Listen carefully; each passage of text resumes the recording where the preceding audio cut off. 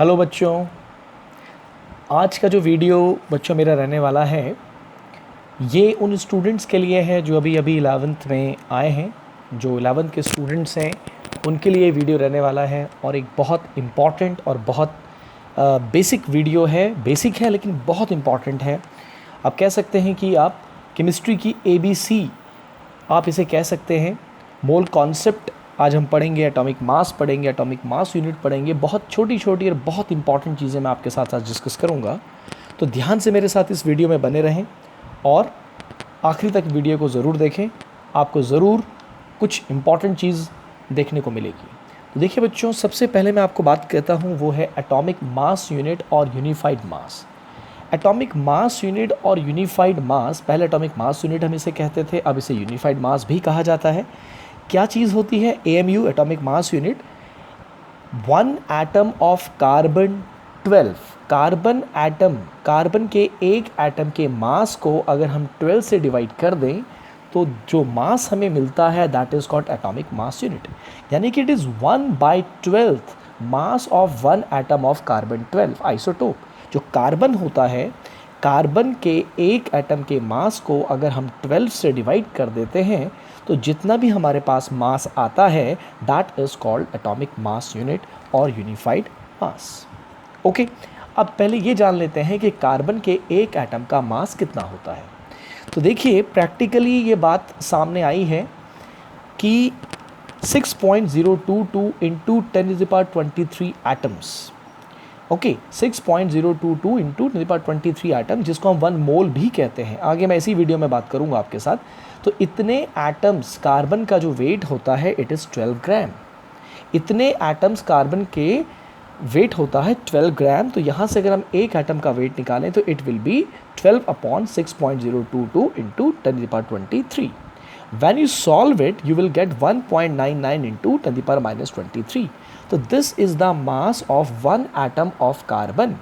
And when you divide this mass by 12, or you can say 1/12, 1/12 इसका 1.99 into 10⁻23 इसका 1/12 जो होता है that mass is called atomic mass unit. And how much it will come? It will come 1.66 into 10⁻24 gram. So AMU is 1/12 mass of 1 atom of carbon 12. What is the weight of 1 atom of carbon 12? It is 1.99 into 10⁻23 gram. ये कहाँ से आया? इतने atoms carbon का wait 12 ग्राम होगा। तो by unitary method we can find out mass of 1 atom of carbon 12 which comes out to be this much. And if we divide this mass by 12 we will get this mass which is called atomic mass unit. Got it? Yeah. बहुत अच्छे। अब बात करते हैं बच्चों atomic mass की। अब देखिए, जैसे कि हम नाम से इंडिकेट कर रहा है कि एटॉमिक मास है ना, तो एटॉमिक मास क्या है? Mass of 1 atom, mass of 1 atom is called atomic mass, या mass of 1 atom is called atomic mass. और एटॉमिक मास को हम लोग एक्सप्रेस करते हैं AMU की टर्म्स में, एटॉमिक मास यूनिट की टर्म्स में हम लोग एटम के मास को एक्सप्रेस करते हैं। तो atomic mass is the mass of 1 atom and it is expressed in terms of AMU। Okay, now let us take an example. देखिए, atomic mass of sodium is 23 AMU। ठीक है, सोडियम का atomic mass 23 AMU होता है। अब अगर हम इसको ग्राम्स में देखना चाहें तो ये कितना होगा, ज़रा देखें। तो 23 और AMU, जैसे कि मैंने आपको अभी बताया, it is 1/12 mass of 1 atom of carbon 12। अगर हम यहाँ पर इसकी वैल्यू को पुट करें तो 1.66 जो हमारे पास AMU की वैल्यू होती है, it is 1.66 into 10⁻24 gram. When you solve it, you will get this much amount of mass, which is the mass of 1 atom of sodium. So in terms of AMU, it is 23 AMU. In terms of gram, it is 38.18 into 10⁻24 ग्राम। तो हम लोग chemistry के अंदर जो atomic masses होते हैं उनको हम लोग ग्राम्स में एक्सप्रेस न करके AMU की टर्म्स में एक्सप्रेस करते हैं। ठीक है, इसे हम दूसरे एंगल से भी देख सकते हैं बच्चों। अगर आप दूसरे नज़रिए से उसको देखने की कोशिश करें तो क्या पाएंगे कि एटॉमिक मास सोडियम का अगर 23 AMU कह रहा है तो इट मीन्स दैट कि 1 एटम ऑफ सोडियम, सोडियम का जो एक एटम होगा ये 23 टाइम्स बड़ा होगा, हैवी होगा। बड़ा तो नहीं बोलना चाहिए, हैवी बोलना चाहिए, कि 23 टाइम्स हैवी होगा किससे, 1/12 of mass of one atom of carbon. Carbon के एक एटम के मास के 1/12 से ये कितने टाइम्स हैवी होगा, 23 टाइम्स हैवी होगा। Is that clear? तो इस तरीके से भी आप इसे देख सकते हैं। तो atomic mass is the mass of one atom, it is expressed in AMU, it is generally expressed in terms of AMU। आप इसे ग्राम्स में भी एक्सप्रेस कर सकते हैं, लेकिन जनरली हम लोग जो एटॉमिक मास है केमिस्ट्री के अंदर वो AMU की टर्म्स में एक्सप्रेस करते हैं। ठीक होगी मेरी बात आपको? Very nice. अब देखिए, अगर हम बात करते हैं बच्चों ग्राम एटॉमिक मास की, देखिए अभी मैं क्या बात कर रहा था आपसे, अभी हम बात कर रहे थे एटॉमिक मास के ऊपर, अब हम बात कर रहे हैं ग्राम एटॉमिक मास के ऊपर। अब ग्राम एटॉमिक मास क्या होता है, देखिए इतने एटम्स 6.022 इंटू 10⁻23 एटम्स, जैसे कि मैंने अभी आपको बताया कि इतने नंबर को हम लोग मोल भी कहते हैं। जैसे हम लोग अपनी प्रैक्टिकल लाइफ में 12 चीज़ों के कलेक्शन को एक डज़न कहते हैं, उसी तरीके से 6.022 इंटू 10⁻23 चीज़ों के कलेक्शन को 1 मोल कहा जाता है। अभी आगे मैं इस लेक्चर में, इस वीडियो में आपसे बात ये करने वाला हूँ। तो 6.022 इंटू 10⁻23 एटम्स, यानी कि 1 मोल एटम भी आप इसे कह सकते हैं। तो 1 मोल एटम का जो मास होता है that is called gram atomic mass. Clear है? तो mass of this number of atom, और you can say 1 mole atom is called gram atomic mass. ठीक है, अब देखिए मज़ेदार बात समझिए ज़रा, यहाँ पे देखो, अभी मैंने आपको पीछे बताया कि सोडियम का एटॉमिक मास कितना होता है, 23 AMU होता है। ठीक, अभी बात थी मेरी आपसे। चलिए, अब इस मास को अगर हम लोग ग्राम एटॉमिक मास निकालना चाहते हैं सोडियम का, तो 23 AMU तो कितने एटम का मास हो गया, एक एटम का मास हो गया। Now we have to find the mass of this number of atoms. Okay, sodium के इतने एटम्स का अगर आपको मास निकालना है तो क्या करना होगा, 23 is the mass of one atom into 6.022 into 10⁻23, यानी कि इतने एटम्स का वजन निकालना है, तो इससे हमने इसको मल्टीप्लाई कर दिया, साथ में AMU आएगा। 23 तो क्या है, एक एटम का वजन है, 23 AMU is the mass of one atom. अब अगर आपको इतने एटम्स का वेट चाहिए तो हमें 23 से इस नंबर को मल्टीप्लाई करना होगा। तो this is the mass of 6.022 10⁻23 atoms of sodium in terms of AMU। When you express it in gram, हम AMU की जगह इसकी वैल्यू रख देंगे 1.66 इंटू 10⁻24। अब अगर आप इसको सॉल्व करते हो बच्चों, तो आप इसको सॉल्व करने पर देखो, अगर इस क्वांटिटी को अगर हम सॉल्व करते हैं तो आप देखेंगे कि इसको क्वांटिटी को सॉल्व करके 1 आएगा। ठीक है, 1 आएगा। अगर आप देखिए अच्छे से मल्टीप्लाई करके इस क्वांटिटी को देखो तो यू विल गेट 1, और 23 इंटू 1 दैट इज़ 23। जरा गौर से समझिए कि आप यहाँ पर क्या कंक्लूजन निकाल पा रहे हैं। सोडियम का जो ग्राम एटॉमिक मास है, यानी कि इतने एटम्स का जो मास है 6.022 10⁻23 एटम्स, वो 23 ग्राम आ रहा है, जबकि एक एटम का मास कितना होता है, 23 AMU होता है। तो बड़े मज़ेदार बात यहाँ पर सामने निकल कर आ रही है, अगर आप गौर करें कि अगर आपको एक एटम का मास पता है AMU की टर्म्स में, और अगर आप AMU हटाकर उसमें ग्राम लगा देते हैं तो वो ग्राम एटॉमिक मास हो जाता है, यानी कि 6.022 10⁻23 एटम्स का मास हो जाता है। इट इज़ एप्लीकेबल एवरीवेयर, ये हर जगह एप्लीकेबल होगा केमिस्ट्री में, या कहीं पर भी किसी भी एटम के लिए बात आप लगा कर देखें। ठीक है, तो बहुत सारी बुक्स में आपको मिलता है ग्राम एटॉमिक मास क्या होता है, कि अगर हम एटॉमिक मास को AMU की बजाय ग्राम्स में एक्सप्रेस करें तो वो ग्राम एटॉमिक मास होता है। लेकिन इंपॉर्टेंट बात क्या है कि ग्राम एटॉमिक मास कितने एटम का मास होता है, ये 6.022 10⁻23 एटम्स का मास होता है। ठीक है, तो किसी भी एटम का अगर आपको एटॉमिक मास पता है तो उसमें आप ग्राम लगा कर, अगर AMU की जगह अगर हम ग्राम लगा दें तो वो उसका ग्राम एटॉमिक मास बन जाता है, 6.022 10⁻23 एटम्स का मास बन जाता है। क्लियर होगी मेरी बात? बहुत अच्छे। अब इसी तरीके से बच्चों, जैसे एटम के लिए हम बात करते हैं, तो देखो यहाँ पे लिखा हुआ भी नोट करके अगर आप गौर करें कि gram atomic mass is always equal to atomic mass express in grams. ठीक है, हमेशा जो ग्राम एटॉमिक मास आता है वो हमेशा एटॉमिक मास को अगर हम ग्राम्स में एक्सप्रेस करें तो वो उसके बराबर आता है, इसीलिए उसका नाम ग्राम एटॉमिक मास भी पड़ा हुआ है। अच्छा, ग्राम एटॉमिक मास को हम लोग मोलर मास भी कह सकते हैं, बिकॉज ये 6.022 10⁻23 एटम्स, और इतने एटम्स के कलेक्शन को हम 1 मोल एटम भी कह सकते हैं, यानी कि ग्राम एटॉमिक मास 1 मोल एटम का वेट हो गया। तो इसीलिए ग्राम एटॉमिक मास को हम लोग मोलर मास ऑफ एटम भी कह सकते हैं। मोलर मास मीन्स एक मोल एटम का mass, 1 mole atom means 6.022 10⁻23 atoms का mass, that is gram atomic mass. Okay, now in a same way अगर हम मॉलिक्यूलर मास की बात करते हैं बच्चों, तो मॉलिक्यूलर मास क्या होता है? Molecular mass is the mass of one molecule. Again molecular mass is expressed in AMU। AMU की टर्म्स में हम लोग मॉलिक्यूलर मास को क्या करते हैं? एक्सप्रेस करते हैं बिल्कुल एटॉमिक मास की तरह। और मॉलिक्यूलर मास क्या होता है? एटॉमिक मास का सम भी होता है। Let us take an example. अगर मैं एग्जाम्पल की बात करता हूँ तो यहाँ पर देखिए ये ग्लूकोज का एग्जाम्पल यहाँ पे लिया हुआ है। अगर हम ग्लूकोज का मॉलिक्यूलर मास निकालते हैं तो ये कार्बन का एटॉमिक मास 12, हाइड्रोजन का 1 और ऑक्सीजन का 16। ये अंडरस्टूड होना चाहिए बच्चों की जो एटॉमिक मास दिए हुए हैं आपको, ये AMU की टर्म्स में दिए हुए हैं, that is 12 AMU, 1 AMU, 16 AMU। और अगर आप ग्लूकोज का यहाँ से मॉलिक्यूलर मास निकालेंगे तो मॉलिक्यूलर मास आपका आएगा 180 AMU, यानी कि ग्लूकोज का एक मॉलिक्यूल का मास हो गया 180 AMU। और अगर अगेन आप इसे ग्राम्स में एक्सप्रेस करना चाहते हैं तो AMU की जो मास की वैल्यू है 1.66 इंटू 10⁻24 से मल्टीप्लाई कर दीजिए तो ये आपका ग्राम्स में भी आ जाएगा।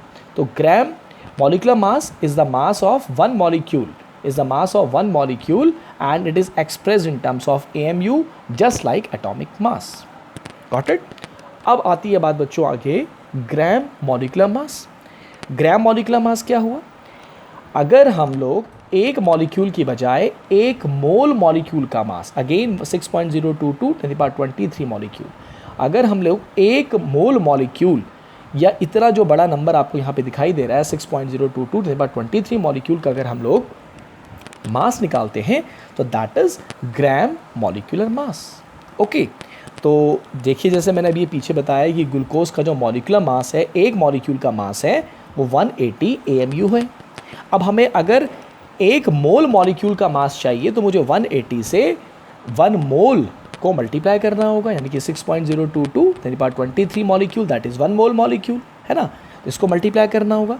तो एक मोल मॉलिक्यूल का मास कितना आ जाएगा? 180 इंटू 6.022 10⁻23 AMU।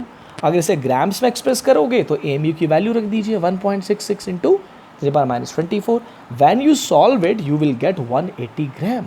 180 ग्राम, अगेन जरा नोटिस कीजिए, molecular mass is 180 AMU and gram molecular mass is 180 ग्राम, यानी कि एक मॉलिक्यूल का वजन 180 AMU और एक मोल मॉलिक्यूल का वजन 180 ग्राम। तो इट इज़ एप्लीकेबल एवरीवेयर कि अगर किसी मॉलिक्यूल का एक मॉलिक्यूल का मास AMU में जितना है, एक मोल मॉलिक्यूल का मास भी उतना ही होगा, लेकिन AMU की बजाय ग्राम्स में होगा। समझ गए मेरी बात को? तो उम्मीद कर रहा हूँ कि आपको बात समझ में आ रही होगी। ग्राम मॉलिक्यूलर मास को हम लोग और क्या कह सकते हैं स्टूडेंट्स? ग्राम मॉलिक्यूलर मास को हम लोग मोलर मास ऑफ मॉलिक्यूल भी कह सकते हैं, क्योंकि ग्राम मॉलिक्यूलर मास एक मोल मॉलिक्यूल का मास होता है और एक मोल मॉलिक्यूल के मास को हम लोग मोलर मास भी कहते हैं। तो कंफ्यूजन नहीं होना चाहिए। Molar mass of an atom is the mass of 1 mole of atom and molar mass of the molecule is the mass of 1 mole molecule. समझ गए मेरी बात को आप? तो ये बहुत बड़े मज़ेदार बात यहाँ पर यह आती है कि एक मॉलिक्यूल का अगर आपको मास मालूम है तो आप एक मोल मॉलिक्यूल का मास भी बड़ी आसानी से फाइंड आउट कर सकते हो। बस हमें AMU की जगह क्या करना होता है बच्चों? AMU की जगह ग्राम करना होता है। इन अ सेम वे अगर आपको एक एटम का वजन मालूम है AMU की टर्म्स में, और अगर आपको एक मोल एटम का वजन पूछा जाए, उतने ही एक मोल एटम का वजन पूछा जाए, तो AMU की बजाय आप ग्राम कर दीजिएगा। ये शॉर्टकट यहाँ पर जो बताया गया है। अदरवाइज़ अगर आप कैलकुलेट करके भी निकालना चाहोगे तो भी आप यही पाओगे कि AMU की जगह ग्राम आ जाएगा। ठीक है, तो आप कैसे भी समझ लीजिए, depends upon you guys. Okay, तो ये देखो यहाँ पे लिखा हुआ भी है कि gram atomic mass is also called molar mass of an atom, है ना, और gram molecular mass is also called molar mass of molecule because is the mass of 1 mole. Done. अब देखिए ग्राम एटॉमिक मास, अभी जो मैंने आपसे कहा, कितने एटम का मास होता है बच्चों? 6.022 10⁻23 एटम्स। अगर हम मोल्स की टर्म में बोलना चाहें तो क्या इसे 1 मोल कह सकते हैं? 1 मोल एटम कह सकते हैं? बिल्कुल 1 मोल एटम कह सकते हैं। तो ग्राम एटॉमिक मास यानी कि एक मोल एटम यानी कि इतने एटम का मास ग्राम एटॉमिक मास के बराबर होता है। तो यहाँ से आप लोग एक एटम का मास यूनिटरी मेथड से बहुत आसानी से निकाल सकते हो। एक एटम का मास अगर आपको निकालना होगा तो it will be gram atomic mass upon 6.022 into 10^23। बच्चों इस नंबर को, ये जो नंबर है, इस नंबर को हम लोग एवोगाड्रो नंबर भी कहते हैं, एवोगाड्रो नंबर कहते हैं। और एवोगाड्रो नंबर क्या है? 6.022 इंटू 10^23। और ये क्या है बेसिकली केमिस्ट्री के अंदर? ये एक मोल है। मोल किसे कहा जाता है? Collection of 6.022 10^23 items. अब आइटम्स में क्यों कह रहा हूँ? It may be atom, it may be molecule, it may be ion, it may be any other thing. ठीक है, तो अगर आपके पास इतना नंबर है तो केमिस्ट्री की भाषा में आपके पास एक मोल चीज़ है। तो एक एटम का मास अगर आपको निकालना हो तो ग्राम एटॉमिक मास में इतने एटम्स होते हैं, एक एटम में ग्राम एटॉमिक मास के बराबर मास होता है, इतने एटम्स में ग्राम एटॉमिक मास के बराबर मास होता है। तो एक एटम में एक एटम का मास यूनिटरी मेथड से बड़ी आसानी से हम फाइंड आउट कर सकते हैं। इन a same way gram molecular mass, कितने मॉलिक्यूल का मास होता है? एक मोल मॉलिक्यूल का मास होता है। 6.022 10^23 मॉलिक्यूल का मास किसके बराबर होता है? ग्राम मॉलिक्यूलर मास के बराबर होता है। तो यहाँ से आप एक मॉलिक्यूल का मास निकाल सकते हैं।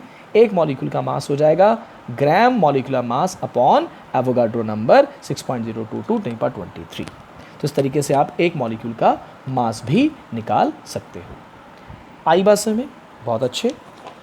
तो ये लीजिए, अब यहाँ तक अभी तक हम क्या बता चुके हैं आपको? अभी तक मैं आपको 3 चीज़ें बता चुका हूँ। एक मैं आपको एटॉमिक मास यूनिट बता चुका हूँ, जो कि मैंने आपको यहाँ पे एक्सप्लेन की है कि कार्बन के एक एटम के मास को अगर हम 12 से डिवाइड कर दें तो that mass is known as atomic mass unit और यूनिफाइड मास। उसके बाद मैंने आपको एटॉमिक मास के बारे में बताया, फिर ग्राम एटॉमिक मास के बारे में बताया। कन्फ्यूज़न बिल्कुल नहीं होना चाहिए, एटॉमिक मास और ग्राम एटॉमिक मास में बिल्कुल भी कन्फ्यूज़न नहीं होना चाहिए।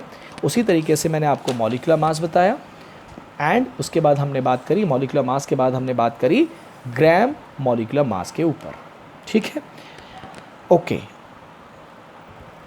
स्टूडेंट्स, अब इसके बाद मैं आपके साथ डिस्कस करने वाला हूँ मोल के बारे में, बताने वाला हूँ आपको। जैसे कि मैंने पीछे भी आपको बताया कि मोल क्या चीज़ होती है केमिस्ट्री के अंदर। A collection of 6.022 10^23 particles is called a mole. अब एक मोल एटम हो सकता है, एक मोल आयन हो सकता है, एक मोल मॉलिक्यूल हो सकता है, एक मोल पेंसिल्स हो सकती हैं। तो अगर कभी भी हम एक मोल की बात केमिस्ट्री में कर रहे हैं तो हम लोग कितनी चीज़ों के बारे में बात कर रहे हैं? हम 6.022 10^23 चीज़ों के बारे में बात कर रहे हैं, चाहे वो एटम हो चाहे वो मॉलिक्यूल हो। इस नंबर को मैंने क्या कहा? इस नंबर को हम लोग क्या कहते हैं? एवोगाड्रो नंबर कहते हैं।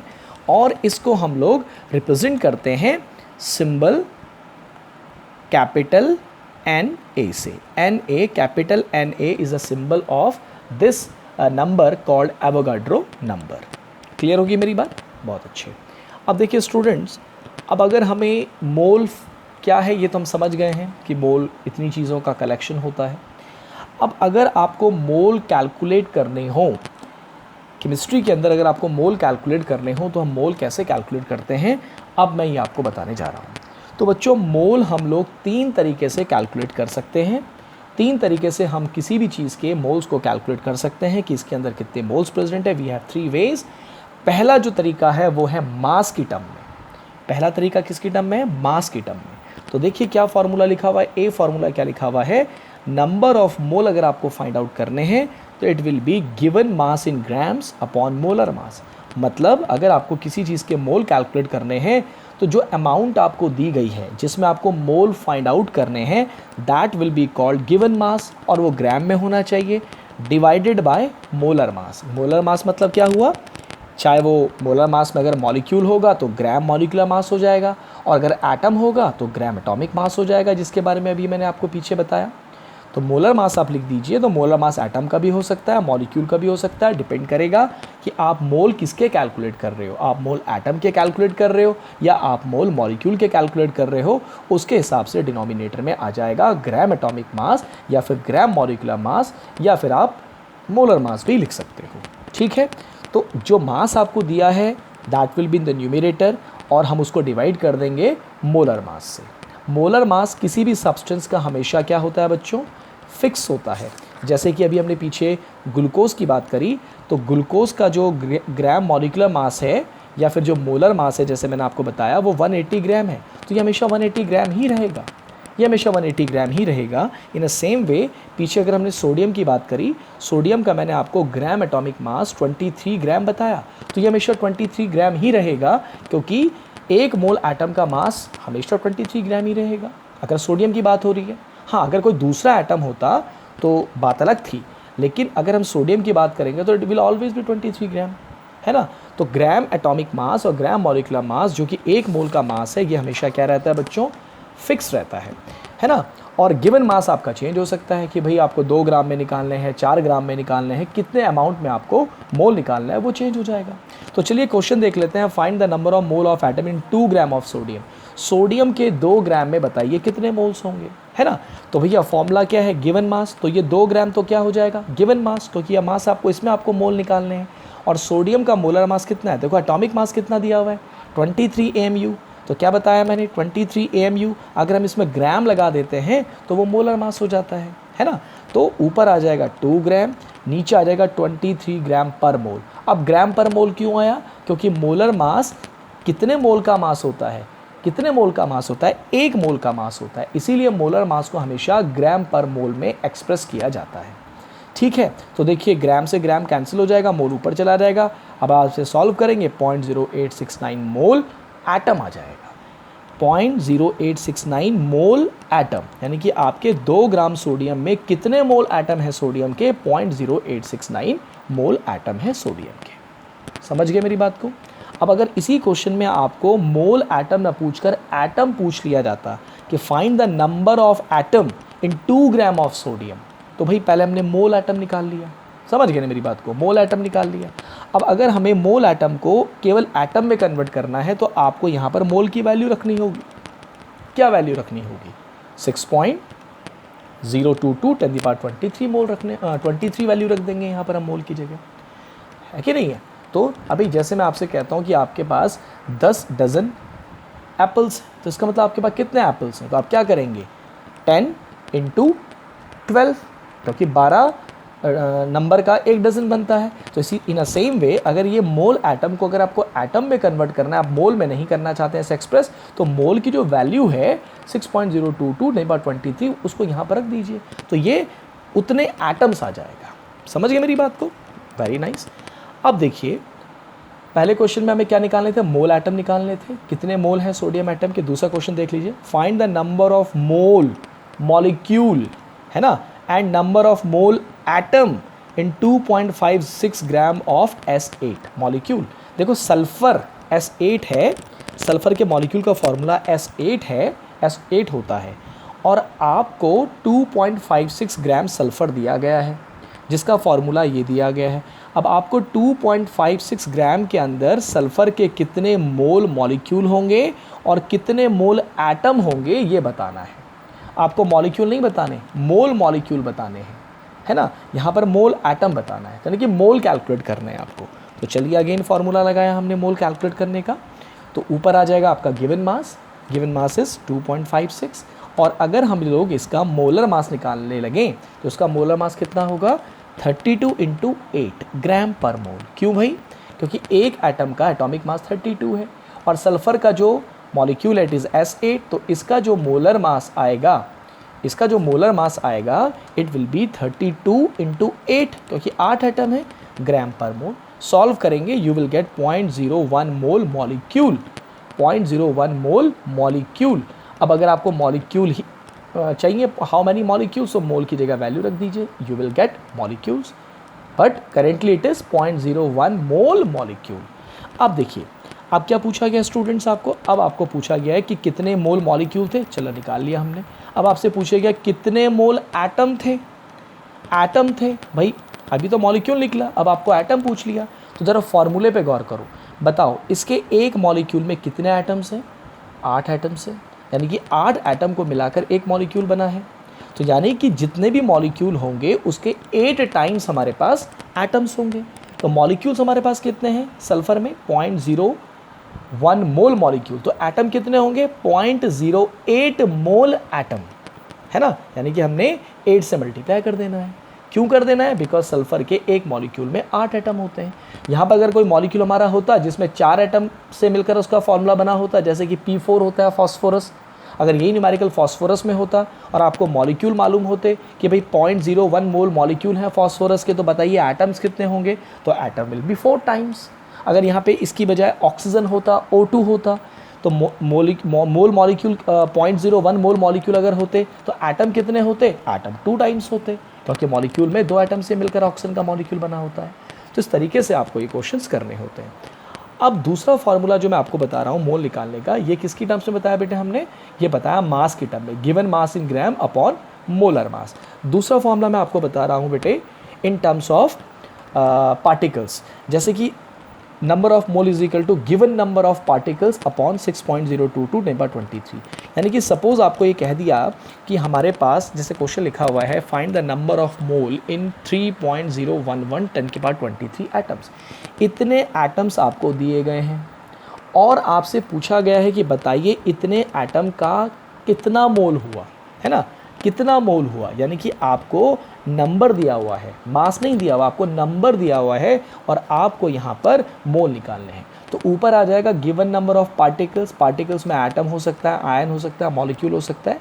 तो ऊपर जो भी आपको नंबर दिया गया है उसको ऊपर न्यूमरेटर में रखिए, देखिए न्यूमरेटर में रखा हुआ है हमने इसको, और डिनोमिनेटर में आपने एवोगाड्रो नंबर से डिवाइड कर देना है। आई बात समझ में? तो given number of particles divided by Avogadro number, also you will get number of mole in this case. Number of मोल आपको यहाँ से भी मिल जाएंगे, ये इन terms of given number of particles. Clear? Very nice. अब अगर हमको गैस के केस में अगर हम खास बात करते हैं, गैस के केस में अगर आपको number of moles of gas निकालने हैं तो गैस के मोल्स को हम कैसे फाइंड आउट कर सकते हैं, ज़रा ध्यान दीजिएगा। तो देखिए सबसे पहले मैं आपको बताना चाहूँगा STP। STP का मतलब होता है स्टैंडर्ड टेम्परेचर प्रेशर। अब हम केमिस्ट्री में स्टैंडर्ड टेम्परेचर किसको कहते हैं? 273 केल्विन को हम लोग स्टैंडर्ड टेम्परेचर कहते हैं और 1 एटमॉस्फेरिक प्रेशर को हम लोग स्टैंडर्ड प्रेशर कहते हैं। तो जब भी हम लोग STP की बात करेंगे तो इट इज़ अंडरस्टूड कि टेम्परेचर 273 केल्विन होगा और प्रेशर आपका 1 atm होगा।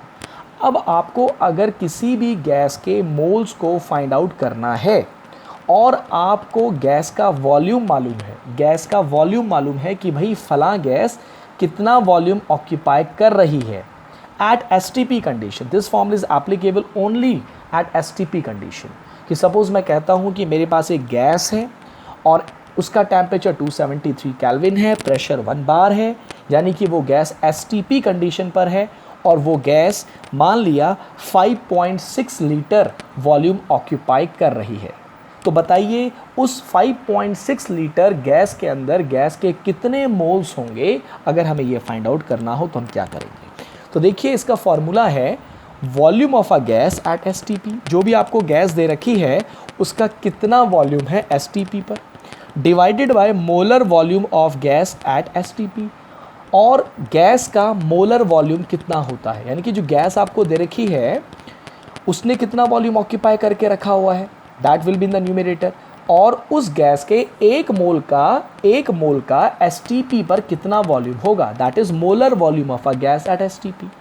एंड अब यहाँ पर एक चीज़ आपको मैं बताना चाहूँगा कि कोई भी गैस हो स्टूडेंट्स, कोई भी गैस हो XYZ गैस, STP पर सारी गैसेस का वॉल्यूम 22.4 लीटर होता है।